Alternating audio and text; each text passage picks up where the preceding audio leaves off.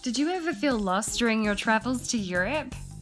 It's a wonderful and kind of mind-blowing continent. So many languages, cultures, borders, so much to pay attention to. It's one thing what you learn in geography class and another what you learn on site.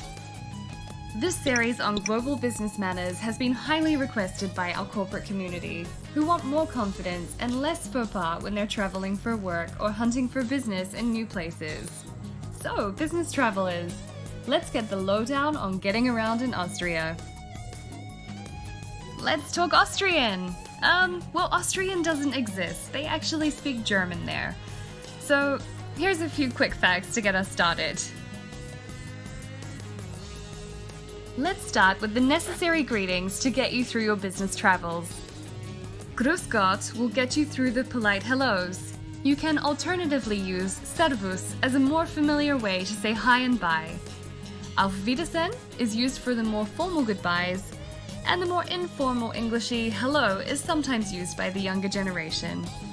Now, let's get down to business. When meeting with corporate Austria, you should always shake hands and make eye contact.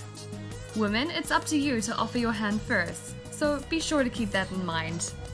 Cheek kisses are less prominent in corporate Austria, but if instigated, it's normally left than right cheek. It's less common to give gifts in the Austrian business world, but it's also not frowned upon. They'll probably open them in front of you. Flowers are appreciated, but never in an even number, unless you're going to a funeral.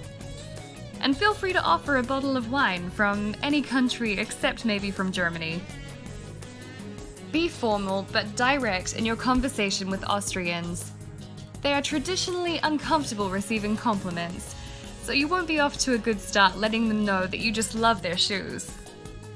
If you're having a business dinner or coffee with an Austrian, you can of course continue to talk about business, but also feel free to venture out into other topics.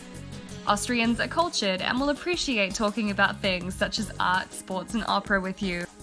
As long as you're not asking questions about their personal situation or bringing up things like World War II, money, and religion, you really can't go wrong. I am an absolute fan of the Vienna Schnitzel and of course the Apfelstrudel. A yummy souvenir is the Mozartkugeln, a mix of chocolate and marzipan.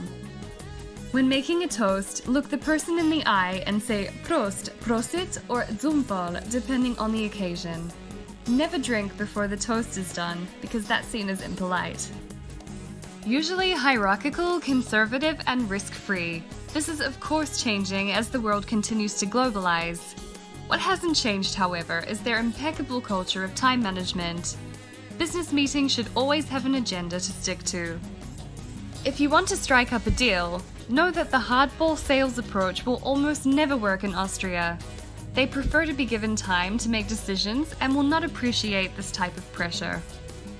Finally, English is widely spoken in the Austrian business community, but if you really want to impress, try to learn a few key phrases in German or get some of your meeting documents professionally translated for them.